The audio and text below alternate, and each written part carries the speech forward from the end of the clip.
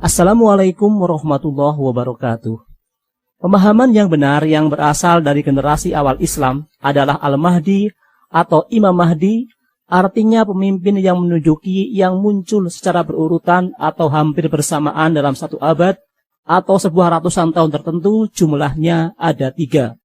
Dari para Mahdi ini atau Al-Mahdiyun, 2 Imam Mahdi yang muncul terlebih dahulu berasal dari keturunan Ahlul Bait Nabi Muhammad SAW. Sedangkan Imam Mahdi ketiga adalah Al-Masih Isa putra Maryam alaihissalam sebagai Imam Mahdi yang paling sempurna yang akan turun kembali menolong Imam Mahdi kedua dalam membunuh Dajjal dan menegakkan Islam di akhir zaman. Jika saya menyebut teori 2 Mahdi, maka itu merujuk pada 2 Imam Mahdi yang muncul sebelum turunnya Isa putra Maryam. Untuk membedakan dan mempermudah penjelasan tentang 2 Imam Mahdi yang datang sebelum turunnya Isa putra Maryam ini, sebagian generasi awal Islam menggunakan nama lain, semisal As-Safah, artinya yang mengalirkan pada Al-Mahdi yang pertama, dan menyebut Al-Mahdi saja pada Al-Mahdi kedua yang bertemu dengan Isa putra Maryam. Pemahaman tentang 2 atau 3 Mahdi ini bukan sesuatu tanpa dasar, tetapi pemahaman yang memang sudah ada pada generasi awal Islam. Seorang tabi'ut tabi'in, Walid bin Muslim, yang wafat pada tahun 195 Hijriah berkata, Sami'tu rajulan yuhadisu qauman, faqala al-mahdiyuna salasatun, mahdiyul khairi Umar ibn Abdul Aziz, wa mahdiyud dami wa huwa ladzi taskunu alaihi dima, wa mahdiyud din Isa ibn Maryam, tuslimu umatuhu fi zamanihi, wa kharaja aidan kan Ka'ab, qala, mahdiyul khairi yakhruju ba'da Sufyani. Aku mendengar seorang lelaki menyampaikan hadis pada sekelompok orang, katanya, Mahdi itu ada 3, Mahdi khair atau Mahdi kebaikan, yakni Umar bin Abdul Aziz. Lalu Mahdi dami atau Mahdi darah yang berdiam padanya darah atau pertumpahan darah. Dan Mahdi din atau Mahdi agama, yakni Isa putra Maryam alaihissalam, yang semua umatnya atau semua bangsa masuk Islam pada zamannya. Ka'ab, yakni seorang sahabat Nabi, menyatakan Mahdi khair atau Mahdi kebaikan akan muncul sesudah keluarnya As-Sufyani. Walid bin Muslim yang menyampaikan asar ini adalah rawi atau periwayat hadis yang sithqah atau terpercaya. Kendati ia kadang mengambil riwayat dari rawi yang dianggap lemah atau berlaku tadlis, atau menyebut seseorang tanpa namanya atau mubham seperti riwayat tersebut. Tentu saja seorang lelaki yang disebutkan tanpa menyebut namanya itu adalah gurunya atau syekhnya, yang dia, yakni Walid bin Muslim, mengambil hadis darinya, tetapi enggan menyebut namanya, karena kemungkinan besar ada pendapat yang dianggap salah secara mendasar, dan Walid tak ingin mencoreng nama gurunya tersebut. Pendapat yang keliru di riwayat itu adalah tentang siapa Mahdi khair atau Mahdi kebaikan yang dianggap sebagai Umar bin Abdul Aziz. Di sini Mahdi khair tersebut pastilah bukan Umar bin Abdul Aziz, walaupun beliau adalah seorang khalifah yang adil, karena ada riwayat penjelas yang berbeda. Mahdi khair ini adalah Mahdi pertama yang dibayat manusia sesudah keluarnya As-Sufyani, sebagaimana pernyataan sahabat Ka'ab radhiyallahu anhu. Mahdi khair atau Mahdi pemberi petunjuk dengan kebaikan adalah Mahdi yang muncul setelah Sufyani, bahkan diserang pasukan Sufyani hingga pasukan tersebut dibenamkan ke dalam bumi. Abdullah bin Amr bin As radhiyallahu anhu berkata, alamat keluarnya Al-Mahdi adalah ketika sebuah pasukan dibenamkan di Baida atau padang pasir terbuka, maka itulah alamat keluarnya Al-Mahdi. Imam Mahdi yang pertama ini termasuk juga dideskripsikan sebagai Al-Mahdi yang akan mengeluarkan Ahlul Yaman, maksudnya sebagian penduduk Yaman kembali ke negerinya, yang dalam beberapa riwayat terjadi karena mereka melakukan penyerangan. Ini adalah solusi damai setelah kekalahan mereka dengan mengembalikan mereka ke negeri asalnya. Beliau juga mengadakan hudnah atau ikatan perjanjian damai dengan Rum sebelum akhirnya beliau dikhianati dalam awal Malahim atau pertempuran akhir zaman. Mahdi kedua, yakni Mahdi dami atau Mahdi pemberi petunjuk dengan darah, adalah Mahdi yang akan muncul di saat Malahim terjadi. Ka'ab radhiyallahu anhu berkata, hampir-hampir saja Laut Timur akan tergantikan hingga tidak berlayar satu kapal pun, dan hingga penduduk negara yang satu tidak boleh memasuki negara lain, atau penduduk negeri tidak boleh memasuki negeri. Dan itu terjadi pada saat Malahim, dan itu terjadi pada saat keluarnya Al-Mahdi.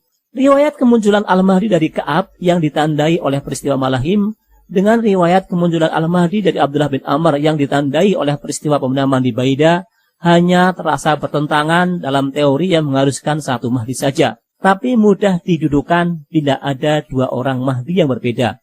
Apalagi kedua sahabat Nabi itu, baik Ka'ab ataupun Abdullah bin Amr, memang meriwayatkan asar tentang adanya lebih dari satu Mahdi. Kedua riwayat itu bisa didudukan dengan menyebut pemenangan di Baidah adalah alamat atau tanda Mahdi yang pertama, dan terjadinya Malahim adalah alamat atau tanda Mahdi kedua. Mahdi yang kedua, Mahdi Dami, akan menggantikan Mahdi Khair atau Mahdi pertama, dan memimpin kaum muslimin dalam peperangan besar di akhir zaman, khususnya Malhamah Kubro dengan Rum, dan menaklukkan berbagai negeri termasuk Konstantinopel dan Rumiyah atau Roma.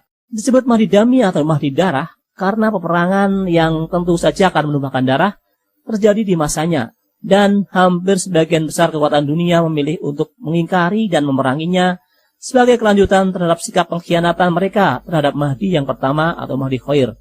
Mahdi kedua ini akan menang dan menguasai berbagai negeri dalam masa kesulitan dan kekeringan hingga Dajjal keluar untuk menyebarkan fitnahnya. Sedangkan Mahdi ketiga yang disebut Mahdi Din atau Mahdi pemberi petunjuk agama tidak lain adalah Isa putra Maryam alaihissalam yang akan menolong Mahdi kedua atau Mahdi Dami dalam membunuh Dajjal dan menghentikan berbagai peperangan. Nabi Isa alaihissalam sendiri memang faktanya disebut sebagai Imam Mahdi atau Al-Mahdi dalam beberapa riwayat. Rasulullah Shallallahu Alaihi Wasallam bersabda, telah dekat masanya orang yang hidup di antara kalian akan bertemu dengan Isa putra Maryam sebagai Imam Mahdi atau pemimpin yang menunjuki dan hakim yang adil. Maka dia akan memecahkan salib, membunuh babi, jizyah dihentikan, dan perang akan meletakkan beban-bebannya. Dan juga beliau bersabda, tidaklah bertambah urusan kecuali semakin berat, dan tidaklah dunia kecuali semakin menjauh, dan tidaklah manusia kecuali semakin tamak, dan tidaklah terjadi as-sa'ah atau hari kiamat kecuali pada seburuk-buruk manusia, dan tidak ada Mahdi kecuali Isa putra Maryam. Dan juga sebuah asar dari Hasan yang menyatakan, Al-Mahdiyu Isa bin Maryam alaihissalam. Al-Mahdi adalah Isa putra Maryam alaihissalam. Dalam video ini selanjutnya saya hanya akan fokus kepada pembahasan tentang keberadaan dua Mahdi ataupun dua tokoh yang deskripsinya sama dengan keduanya yang mendahului kedatangan Nabi Isa selaku Mahdi ketiga, dan mencoba mendudukan beberapa riwayat yang terlihat berbeda tetapi sebenarnya berasal dari pemahaman yang sama. Athar yang sangat jelas tentang dua Mahdi dengan deskripsi yang khas datang dari Abdullah bin Amr radhiyallahu anhu. Beliau berkata, Ba'dal Mahdi alladhi yuhriju ahlal Yaman ila biladihim, tsummal Mansur, tsumma min ba'dihil Mahdi alladhi tuftahu ala yadayhi Madinatu Rumi. Setelah Al-Mahdi yang akan mengeluarkan penduduk Yaman ke negeri mereka, lalu Mansur, lalu sesudahnya Al-Mahdi yang akan menaklukkan negeri Rum melalui tangannya. Athar yang berasal dari sahabat Abdullah bin Amr ini klop secara paralel dengan berbagai riwayat dari sahabat Ibnu Abbas radhiyallahu anhu yang menyebut adanya tiga tokoh, yakni Safah yang mengalirkan, Mansur yang ditolong atau yang dimenangkan, dan Mahdi yang berarti yang menunjuki. Ibnu Abbas adalah sahabat yang terkenal menggunakan deskripsi Safah yang artinya mengalirkan kepada Imam Mahdi pertama, karena kesesuaian deskripsi Safah pada tokoh pertama ini.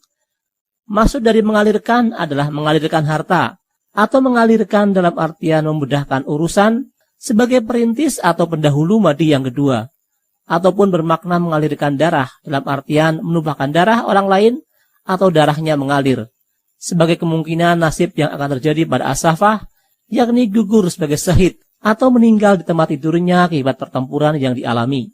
Dalam salah satu varian riwayat ini disebutkan dari Syahid Ibnu Jubair, ketika kami menyebut di sisi Ibnu Abbas tentang 12 orang khalifah lalu amir, maka Ibnu Abbas berkata, demi Allah, sesungguhnya dari kami Ahlul Bait, setelah itu akan ada As-Safah dan Al-Mansur dan Al-Mahdi yang akan mempertahankannya hingga diberikan kepada Isa putra Maryam.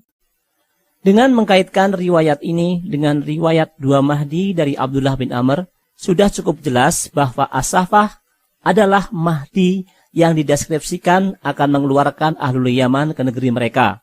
Mansur adalah Mansur, dan Al-Mahdi yang akan bertemu dengan Isa putra Maryam dalam riwayat Ibnu Abbas adalah Al-Mahdi yang akan menaklukkan negeri Rum dalam riwayat Abdullah bin Amr. Yang menarik dari riwayat Ibnu Abbas tentang penyebutan 12 khalifah lalu amir, ternyata memiliki varian yang matan atau isinya menyebutkan bukan dengan frasa 12 khalifah, melainkan 12 amir, lalu tidak ada amir. Kami sedang mendengarkan Ibnu Abbas, lalu kami berkata, 12 orang amir, lalu tidak ada amir, dan 12 orang amir, lalu terjadi as'ah atau kiamat. Maka dia, yakni Ibnu Abbas berkata, apa yang membuat kalian bodoh? Sesungguhnya dari kami, Ahlul Bait, akan ada setelah itu Mansur, Safah, dan Mahdi yang akan mempertahankannya hingga diberikan kepada Isa putra Maryam. Penjelasan kedua varian dari riwayat Ibnu Abbas tersebut sebenarnya cukup mudah dengan melihat fakta sejarah dan bisarah Rasulullah tentang sistem pemerintahan yang akan menguasai kaum muslimin serta keberadaan siklus 100 tahun yang diindikasikan dengan adanya mujaddid atau pembaharu tiap awal 100. Berdasarkan fakta sejarah yang dimulai dari abad pertama atau 100 tahun pertama Islam, berlakulah masa kenabian hingga khilafah ala minhajin nubuwah. Umumnya sebagian besar kaum muslimin sepakat mengakui bahwa Umar bin Abdul Aziz yang wafat pada tahun 720 Masehi dianggap bukan saja sebagai mujaddid abad pertama, tetapi juga merupakan seorang khalifah yang memimpin di atas landasan kenabian dengan sifat keadilannya. Perlu dicatat pula bahwa dari masa Abu Bakar As-Siddiq hingga Umar bin Abdul Aziz, ada 13 orang yang diakui sebagai khalifah atau mengaku khalifah, atau bisa 12 orang saja, minus Muawiyah bin Yazid yang hanya menjabat khalifah selama 20 hari, bahkan diwakilkan karena sakit. Dari khalifah-khalifah tersebut, 6 orang diakui sebagai khalifah yang adil, yakni Abu Bakar, Umar, Utsman, Ali, Hasan bin Ali, dan Umar bin Abdul Aziz, yang total lama mereka berkuasa adalah sekitar 30 atau 31 tahun. Sisanya adalah khalifah-khalifah yang dianggap bagian dari kerajaan dinasti atau Mulkan Adon, yang rantai itu terputus sejenak saat Umar bin Abdul Aziz menjabat selama 2 atau 3 tahun sebagai seorang khalifah yang adil. Dalam hal ini, kita bisa menyebut bahwa beliau, yakni Umar bin Abdul Aziz, adalah mujaddid yang sebagian upaya pembaharuannya memperbaharui berlakunya kembali khilafah di atas landasan kenabian, walaupun dalam waktu singkat. Angka 12 dengan tambahan seorang yang tak efektif menjabat menjadi 13 dalam nubuat yang berasal dari Ibnu Abbas tadi bisa dianggap sebagian terpenuhi dengan fakta tersebut. Walaupun pemenuhan nubuat tersebut belum sepenuhnya selesai karena masih ada fakta-fakta lainnya yang belum diungkap. Fakta selanjutnya adalah lamanya masa Mulkan Adon atau kerajaan dinasti berlangsung. Dari abad kedua yang efektif dimulai dari wafatnya Umar bin Abdul Aziz digantikan Yazid bin Sulaiman pada tahun 101 Hijriah atau tahun 720 Masehi. Berlakulah secara terus-menerus sistem pemerintahan kerajaan dinasti atau Mulkan Adon yang masih menyebut diri mereka sebagai kekhalifahan. Masa tersebut berlangsung sampai runtuhnya kekhalifahan Turki Utsmani sekitar tahun 1919, 1920, 1922, atau 1924, tergantung dari momen apa patokan tentang runtuhnya kekhalifahan itu dihitung. Lamanya adalah sekitar 1200 tahun, atau 1204 tahun. Di sini angka 12 dalam Athar Ibnu Abbas kembali terpenuhi dalam bentuk waktu 12 abad masa Mulkan Adon, yakni era yang menyebut dirinya kekhalifahan tetapi sebenarnya adalah amir atau kerajaan dinasti. Setelah 1200 tahun masa pemerintahan Islami di zaman Mulkan Adon, akan datang masa yang disebut amir saja atau masa tidak ada amir. Dalam varian riwayat Ibnu Abbas, ini adalah masa Mulkan Jabarian, artinya pemerintahan yang memaksa atau boleh dibilang sombong dalam artian menentang kebenaran dan meremehkan makhluk. Disebut juga sebagai masa tidak ada jamaah dan imam atau era hilangnya kekhalifahan. Jika pola riwayat Ibnu Abbas terus konsisten, maka masa yang disebut tidak ada amir atau Mulkan Jabarian yang sedang kita alami ini semestinya akan berlangsung sekitar 100 tahun atau 1 abad juga. Jadi masa Mulkan Jabarian bisa saja berakhir pada tahun 2022, 2024, 2032, ataupun tahun-tahun lainnya di masa mendatang dan digantikan masa Al-Mahdi atau khilafah di atas landasan kenabian yang kedua. Andai dihitung total dari waktu Khalifah Abu Bakar As-Siddiq mulai menjadi khalifah di tahun 632, maka lamanya waktu ke 2032 adalah 1400 tahun atau genap 14 abad. Ini merupakan jumlah gabungan dari 1 abad khilafah Alamin Haji Nubuwah yang pertama dan masa raja-raja yang mengaku khalifah sebelum datangnya Khalifah Umar bin Abdul Aziz, ditambah 12 abad Mulkan Ad-Don, ditambah 1 abad Mulkan Jabarian. Abad yang selanjutnya atau abad yang ke-15 adalah masa yang seharusnya merupakan era kedatangan Safah, Mansur dan Mahdi dalam riwayat Ibnu Abbas, atau masa datangnya Imam Mahdi pertama, lalu Mansur dan Imam Mahdi kedua dalam riwayat Abdullah bin Amr. Penjelasan panjang lebar ini membuktikan bahwa nubuah tentang Safah, Mansur dan Mahdi ini memang berlaku untuk era akhir zaman yang telah dekat dan bukan untuk masa Daulah Abbasiyah. Memang kita ketahui bahwa dulu pernah ada 3 orang khalifah atau 3 sultan pertama Abbasiyah yang menggunakan ketiga gelar tersebut, yakni Abul Abbas As-Safah, Abu Ja'far Al-Mansur, dan Al-Mahdi. Tetapi ketiganya hanya mencatut nama-nama itu agar diterima masyarakat, dan justru ini menjadi bukti bahwa riwayat tentang As-Safah, Mansur, dan Al-Mahdi sudah sangat terkenal di kalangan generasi Islam pada masa itu, dan bukan sesuatu yang diada-adakan. Riwayat lain yang menyebut keberadaan 2 Mahdi datang dari Artoh. Artoh berkata, "Balagoni anal Mahdi yaisu arba'ina aman, summa yamutu ala firasihi."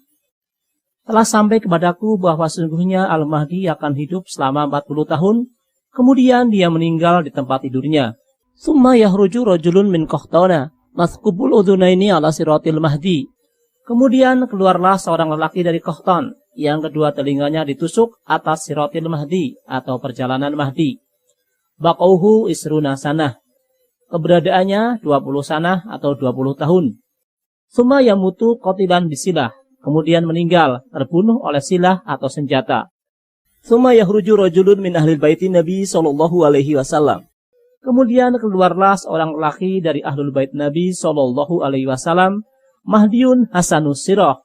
Mahdi Hasan Siroh, atau bisa dibaca Mahdi yang Hasan atau baik Siroh atau perjalanannya, atau bisa juga bermaksud Mahdi Siroh Hasan, artinya Mahdi yang mengikuti Siroh Hasan.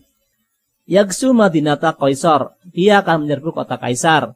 Wahwa akhiru amirin min ummati Muhammadin sallallahu alaihi wasallam. Dan dialah akhir dari amir atau pemimpin umat Muhammad sallallahu alaihi wasallam. Summa yahruju fi zamanihi Dajjal, wa yansidu fi zamanihi Isa bin Maryam. Kemudian keluarlah di zamannya Dajjal dan turun di zamannya Isa putra Maryam. Riwayat dari Artoh ini juga menegaskan keberadaan 2 orang Mahdi, yaitu Mahdi pertama yang hidup sekitar 40 tahun dan Mahdi kedua yang akan menaklukkan kota Kaisar, yang pada zamannya pula Dajjal akan keluar dan Isa putra Maryam alaihissalam akan turun. Meski disebutkan meninggal di tempat tidurnya, riwayat Artoh lainnya menyebutkan bahwa Imam Mahdi yang pertama binasa setelah mengadakan hudnah atau perjanjian damai dengan Rum. Katanya, akan ada kenyataan senjata atau hudnah antara Mahdi dan Rum, lalu Mahdi akan binasa. Kemudian memerintah seorang lelaki dari ahlul baitnya yang sedikit keadilannya. Pedangnya akan dihunus kepada penduduk Palestina. Sampai dikatakan, jika Rum telah mengirim pasukan yang diantaranya berada di Sur hingga Akka, itulah Malahim. Sur atau Tirus adalah kota yang berada di Libanon, sedangkan Akka adalah kota yang diduduki Israel sekarang. Secara singkat, riwayat itu bermakna Mahdi pertama akan mengadakan hudnah atau ikatan kerjasama dengan Rum, sampai akhirnya dia dikhianati dan kemudian terbunuh atau meninggal di tempat tidurnya. Setelah itu, Rum akan menguasai Palestina dan Baitul Maqdis dan mendudukan seorang lelaki dari ahlul bait lainnya sebagai kaki tangannya dan menindas kaum muslimin khususnya di Palestina. Kaum muslimin akan melawan Rum dan kaki tangannya tersebut dengan kemunculan berbagai tokoh, sampai datangnya Mahdi kedua yang menyatukan kaum muslimin menghadapi Rum di dalam Malahim. Lelaki yang berasal dari Qahtan yang disebutkan setelah penyebutan Al-Mahdi pertama bisa jadi salah satu tokoh yang melawan Rum dalam fase ini, ataupun bisa jadi tokoh yang berasal dari Qahtan itu sebenarnya telah ada, yakni Imam Mahdi palsu Muhammad bin Abdullah Al-Qahtani yang terbunuh dengan senjata pada peristiwa Masjidil Haram di tahun 1979 dengan asumsi bahwa riwayat Artoh mungkin terbalik urutannya, yakni Al-Qahtani duluan, lalu Imam Mahdi pertama, disusul Imam Mahdi kedua. Ada beberapa riwayat tentang Al-Qahtani dan Jahjah yang mengindikasikan ke arah itu, tetapi tak akan dibahas di sini agar tetap fokus pada pembahasan mengenai dua Mahdi. Inti pemahaman yang ingin saya sampaikan dari riwayat Artoh yang saya kutip di sini memang untuk menjadi dalil pendukung bahwa Al-Mahdi ada dua. Setidaknya dalam riwayat Artoh bisa kita ketahui bahwa masih ada tokoh yang disebut Mahdi yang datang sudah Mahdi sebelumnya. Sedangkan berbagai peristiwa termasuk kemunculan Al-Qahtani baik akan terjadi seperti itu atau terbalik urutannya merupakan bagian dari fragmen kemunculan Al-Mahdi yang sangat dekat atau kian mendekat. Bagaimana pemahaman dua Mahdi ini bisa berubah menjadi teori satu Mahdi saja? Tentu banyak penyebabnya. Di antaranya faktor alamiah, seperti penulisan teks yang bisa terhapus atau rusak karena perjalanan waktu. Contoh kasus ini terdapat pada satu teks dalam kitab Al-Hawi di Al-Fatawi.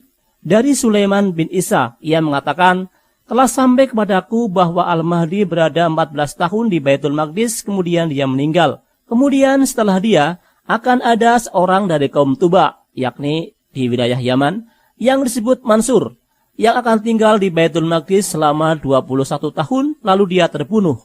Kemudian Mawali akan berkuasa, yang akan berlangsung selama 3 tahun, lalu dia terbunuh. Kemudian berkuasa sesudahnya Hasim Al-Mahdi, selama 3 tahun, 4 bulan, dan 10 hari. Versi Al-Hawi ini merupakan ringkasan dari kitab Al-Fitan Nuaim bin Hamad, yang diantaranya menyebutkan, kemudian berkuasa sesudahnya Himun Al-Mahdi Sani, atau Al-Mahdi kedua. Dialah yang akan memerangi Rum dan mengalahkan mereka dan menaklukkan Konstantinopel. Dia berada di sana selama 3 tahun, 4 bulan, dan 10 hari. Kemudian akan turun Isa putra Maryam, dan dia akan menyerahkan kekuasaan kepadanya. Dari kedua riwayat tersebut, versi kitab Al-Hawi yang ditulis sekitar 700 tahun dari kitab Al-Fitan tidak menyebutkan beberapa hal, termasuk frasa Al-Mahdi Sani atau Al-Mahdi kedua, tetapi memiliki teks penjelas bahwa yang dimaksud dengan kata Himun adalah Hashim. Jadi dengan menggabungkan versi riwayat dari kitab Al-Hawi dan kitab Al-Fitan, maka yang dimaksud dengan tokoh yang menaklukkan Konstantinopel itu adalah Hasim Al-Mahdi Sani atau Al-Mahdi yang kedua yang berasal dari Bani Hashim. Penyebutan beberapa tahun dan kejadian detail dari peristiwa tersebut sementara akan susah dibahas. Tapi setidaknya asal tersebut dengan variannya tetap konsisten menunjukkan keberadaan adanya dua Imam Mahdi yang datang sebelum turunnya Nabi Isa AS sebagai pemahaman generasi awal Islam. Deskripsi lain tentang Al-Mahdi juga akan selalu menunjukkan dua hal yang berbeda. Keduanya disebut keturunan Hasan dan Husain atau keturunan keduanya. Rasulullah SAW bersabda, "Waladi ba'asani bil haq, inna minhuma, yakni minal Hasan wal Husain, mahdiyu hadil ummah, idha saratid dunya harojan wa mahroja." Demi yang mengutus diriku dengan kebenaran, sesungguhnya dari keduanya, yakni dari Hasan dan Husain, Mahdi atau pemberi petunjuk dari umat ini, ketika dunia dilanda haroj dan maroj, yakni pembunuhan, peperangan, dan kegoncangan. Hadis ini mengisyaratkan adanya dua pemberi petunjuk atau Mahdi dari dua cucu Rasulullah, yakni Hasan dan Husain, ketika beliau menyebut dari keduanya atau min huma. Usianya saat menjadi Mahdi juga menunjukkan dua bilangan berbeda, yakni antara 30 hingga 40 atau 40 tahun dan 51 atau 52 tahun. Apabila diperhatikan yang pertama dari kedua usia tersebut, yakni 30 hingga 40, ternyata menunjuk pada sirah atau perjalanan hidup Hasan bin Ali radhiyallahu anhu. Dia menjabat sebagai khalifah dalam usia 37 tahun, menyerahkan jabatannya kepada Muawiyah untuk mempersatukan kaum muslimin dan wafat pada tahun 670 Masehi dalam usia 45 tahun.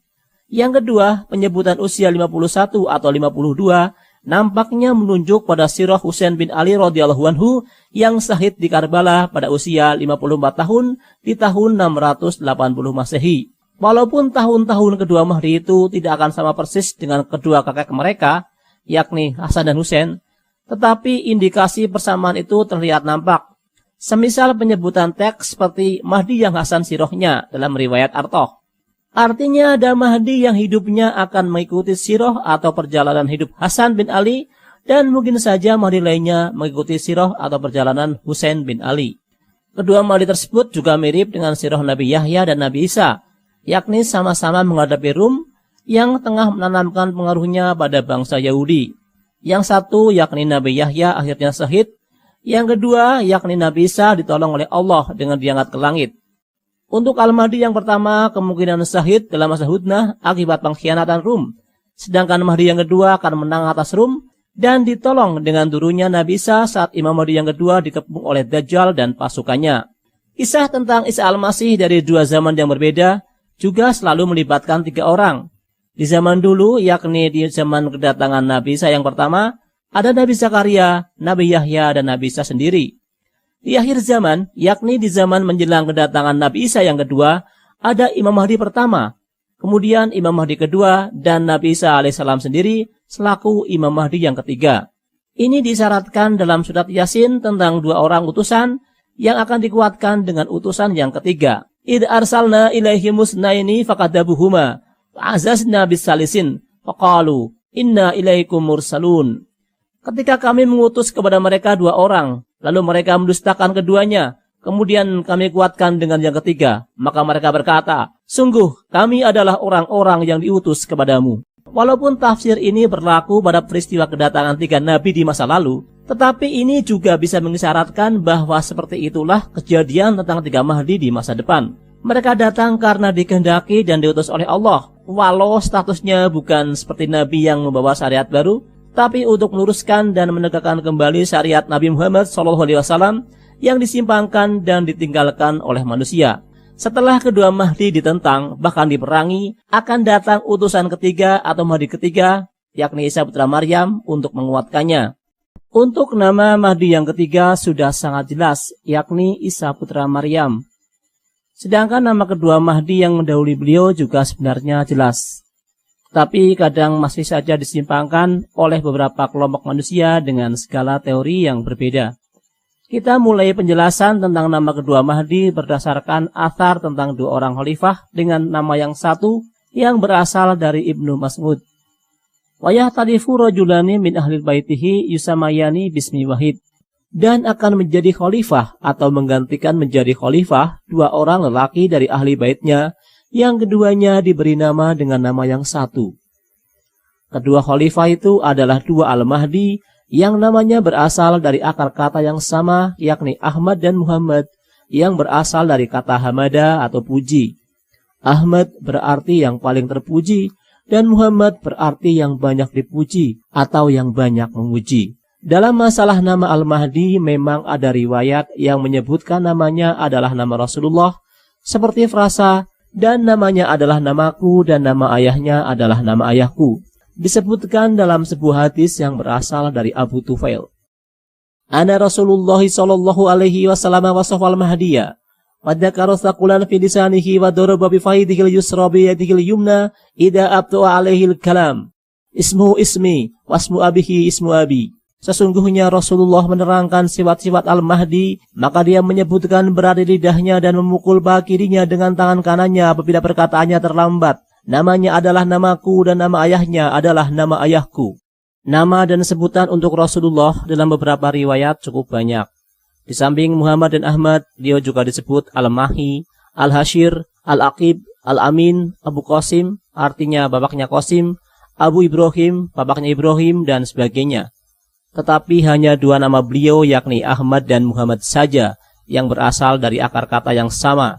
Dan ini sangat tepat untuk mendeskripsikan dua Al-Mahdi yang akan datang di akhir zaman, khususnya bila dikaitkan dengan asar tentang dua orang khalifah dengan nama yang satu dalam riwayat Ibnu Mas'ud. Artinya namanya pasti adalah Ahmad dan Muhammad. Bahkan ada beberapa riwayat yang terang-terangan terucap menyebutnya dengan nama Ahmad bin Abdullah dan Muhammad bin Abdullah. Karena kita menerimanya dari teks-teks tulisan hadis, artinya tidak langsung melihat Rasulullah berbicara atau mendengar sabda beliau, maka penelitian terhadap hadis-hadis tersebut perlu dilakukan. Termasuk berbagai kemungkinan siapa yang menyandang nama Ahmad bin Abdullah atau Muhammad bin Abdullah, atau kedua-duanya bisa bernama Ahmad bin Abdullah atau Muhammad bin Abdullah. Di sini saya meyakini setelah mencermati beberapa riwayat yang ada bahwa nama Imam Mahdi pertama yang berasal dari Madinah adalah Ahmad bin Abdullah. Sedangkan nama Imam Mahdi kedua yang berasal dari Yaman atau Timur namanya adalah Muhammad bin Abdullah. Tentang nama Imam Mahdi pertama sebagai Ahmad bin Abdullah, salah satu riwayat datang dari sabda Rasulullah Shallallahu Alaihi Wasallam yang menyebutkan, "Fa inna dzalika yunadi minas sama'i munadin, ayuhan nas, innallaha azza wa jalla qad qata'a ankum mudatal jabarina wal munafiqina wasyaihim wadba'ihim, wa walakum khairu ummati Muhammadin sallallahu alaihi wasallam, wal haqu bihi bi Makkah, fa innahu al-mahdi wa ismuhu Ahmad bin Abdullah." Maka dalam keadaan demikian, berserulah seorang penyeru dari langit, "Wahai manusia, sesungguhnya Allah Azza wa Jalla telah memutus untuk kalian masa Jabarin dan Munafikin, kelompok mereka dan pengikut mereka, dan menggantikan untuk kalian sebaik-baik umat Muhammad Sallallahu Alaihi Wasallam. Maka temuilah dia di Mekah. Sesungguhnya dia adalah Al-Mahdi dan namanya adalah Ahmad bin Abdullah." Bukti bahwa Ahmad bin Abdullah adalah Imam Mahdi yang pertama adalah peristiwanya didahului oleh kemunculan Sufyani dalam hadis panjang yang diriwayatkan oleh Adani tersebut. Kemudian penyebutan dia sebagai khairu umati Muhammad, Mahdi khair, artinya Mahdi kebaikan yang merupakan sebaik-baik umat Muhammad, serta penyebutan diputusnya masa Jabariyin, artinya Ahmad bin Abdullah merupakan khalifah pertama yang muncul memulai masa khilafah di atas landasan kenabian kedua yang mengakhiri era Jabariyin. Secara kualitas beliau adalah yang paling terpuji dari umat Islam sesuai namanya Ahmad.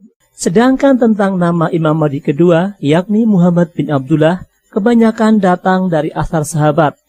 Abu Hurairah radhiyallahu anhu berkata, "Anal Mahdiyus muhum Muhammad bin Abdullah, bilisanihi rotata." Sesungguhnya Al-Mahdi bernama Muhammad bin Abdullah. Di lidahnya ada kata kelancaran bicara. Ini berarti Al-Mahdi yang bicaranya tidak lancar, sehingga disebutkan memukul paha kirinya dengan tangan kanannya agar perkataannya menjadi cepat atau lancar kembali, sebagaimana yang disebutkan dalam riwayat Abu Tufail adalah Mahdi kedua, yang bernama Muhammad bin Abdullah sesuai riwayat Abu Hurairah. Mahdi yang kemungkinan lancar berbicara adalah Mahdi yang pertama, walaupun tidak ada riwayat yang kuat menjelaskannya. Ibnu Abbas radhiyallahu anhu menyebutkan arah kemunculannya dari timur. Kemudian keluarlah seorang lelaki dari keluarga Muhammad Shallallahu Alaihi Wasallam yang datang dari arah timur memimpin pasukan. Dia tidak akan meninggalkan sekecil pun penindasan kecuali akan dihancurkan dan menggantikan tempat itu dengan keadilan. Dia tidak meninggalkan pintu dari kedoliman kecuali dipenuhinya dengan kejujuran. Keadilan dan keamanan akan menyebar di zamannya. Dia akan tinggal di bumi sebagai Mahdi yang memberi petunjuk dan imam yang adil. Namanya adalah Muhammad bin Abdullah. Sedangkan ciri-cirinya adalah dia seorang lelaki rob'ah, yakni berperawakan sedang, warnanya kemerah-merahan. Dia memiliki tubuh yang kuat, berani di hatinya, kuat dalam kesedihannya, yang dengannya Allah akan membebaskan umat ini dari semua penderitaan, dan Allah akan membuang semua kedoliman dan kesenang-wenangan dari mereka dengan perantaraan keadilannya. Sementara riwayat dari Hudzaifah ibn Yaman menyebutkan bahwa Al-Mahdi Muhammad bin Abdullah berasal dari Yaman. Manusia akan terus dalam keadaan demikian sampai keluarlah Muhammad bin Abdullah al-Husaini al-Mahdi dari negeri Yaman. Kemudian dia menuju negeri Rum bersama para sahabatnya. Lalu dia akan menaklukkan insyaallah Konstantinia, Amuriyah, dan Rumiyah. Riwayat Ibnu Munadi tersebut merupakan riwayat yang tercampur. Yang saya kutip di sini sebagai dalil adalah penyebutan tentang nama Al-Mahdi Muhammad bin Abdullah yang berasal dari Yaman dan merupakan keturunan Husain, serta deskripsi khas tentang ditaklukkannya Konstantinia atau Konstantinopel, Rumiyah atau Roma, dan Amuriyah. Kata Amuriyah kemungkinan maksudnya adalah Gomorrah, negeri umat Nabi Lut. Tapi nama Amuriyah itu terdengar lebih dekat dengan nama suatu negara yang disebut Amerika, Amerikiyah, yang menjadi penguasa dunia sekarang. Sedangkan nama Gomorrah telah lenyap perannya dari sejarah.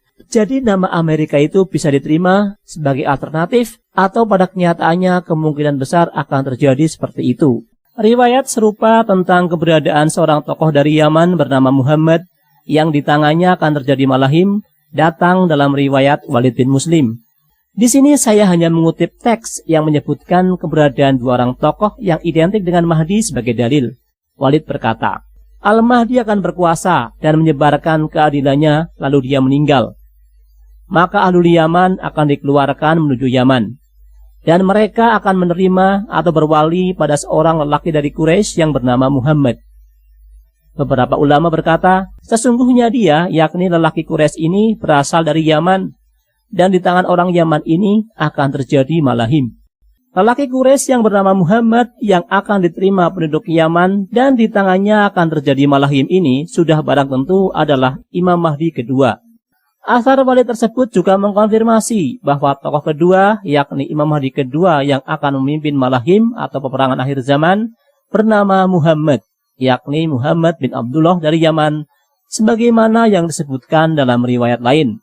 Permasalahannya memang akhirnya menjadi rumit ketika tema tentang Imam Mahdi sudah dipandang hanya terjadi pada satu sosok tokoh saja sebagai pandangan yang sudah menjadi mainstream. Ini terjadi karena tak melihat deskripsi lain akibat meninggalkan beberapa riwayat tentang adanya lebih dari satu Mahdi. Kerumitan ini juga semakin bertambah ketika yang dibahas cuma terfokus pada kebaikan suatu deskripsi, termasuk kebaikan suatu bangsa atau kelompok yang mendukungnya, tanpa melihat kekurangan atau fitnah dan kejelekan yang lebih dahulu melanda mereka. Contoh ini terlihat pada pujian tentang kebaikan penduduk Yaman, tetapi mengabaikan beberapa riwayat tentang beberapa hal yang tak menyenangkan yang terjadi pada dan dari mereka. Dalam masalah riwayat akhir zaman, khususnya masalah kemahdian, memang disebutkan bahwa ahlul Yaman akan dikeluarkan dan dikembalikan ke negeri asalnya oleh Imam Mahdi pertama. Sedangkan Imam Mahdi pertama itu berkuasa dan diterima manusia dengan dibayatnya beliau di kota Mekah yang terletak di tanah Hijaz yang boleh dibilang merupakan tetangga dekat negeri Yaman. Ini artinya sebagian penduduk Yaman akan melakukan hal yang tak menyenangkan di wilayah tersebut, semacam penyerbuan atau penyerangan, sehingga aksi mereka dihentikan oleh Imam Mahdi pertama yang berada di wilayah ini dan dikeluarkan atau dikembalikan ke negeri asalnya. Kemungkinan besar beliau, yakni Imam Mahdi pertama, melakukan hal itu karena beliau mengetahui dari sunnah bahwa para penduduk Yaman termasuk yang semula terjerumus akan menjadi pendukung terkuat bagi Imam Mahdi kedua yang muncul di Yaman sepeninggal beliau. Al-Mahdi kedua yang berasal dari Yaman atau timur inilah yang akhirnya perlahan-lahan mulai dianggap sebagai satu-satunya Mahdi oleh generasi selanjutnya, dengan menggabung deskripsi kebaikannya dengan Mahdi yang pertama, yakni Safah, termasuk juga dengan menolak atau mengabaikan deskripsi yang dianggap pertentangan, padahal itu untuk dua orang yang berbeda. Namun keberadaan riwayat-riwayat dari generasi awal Islam sebagaimana yang telah saya sampaikan memang menunjukkan bahwa semula ajaran tentang Mahdi menyebut adanya dua Mahdi dari dua cucu Rasulullah Shallallahu Alaihi Wasallam, yakni Hasan dan Husain radhiyallahu anhuma. Ditambah Mahdi ketiga yang menolongnya, yakni Isa putra Maryam alaihissalam. Ketika banyak riwayat yang terlihat berdiri sendiri, maka itu kebanyakan menunjukkan salah satu deskripsi dari kedua Mahdi tersebut, atau kadang gabungan keduanya. Semua masalah ini sebenarnya juga bisa dipahami dan dimengerti jika kita mengenali tanda-tanda tersebut secara menyeluruh dan benar, dengan keikhlasan untuk menerima dan mengikuti kebenaran, tanpa terpengaruh pemahaman kelompok atau kepentingan tertentu. Wallahu a'lam bishawab.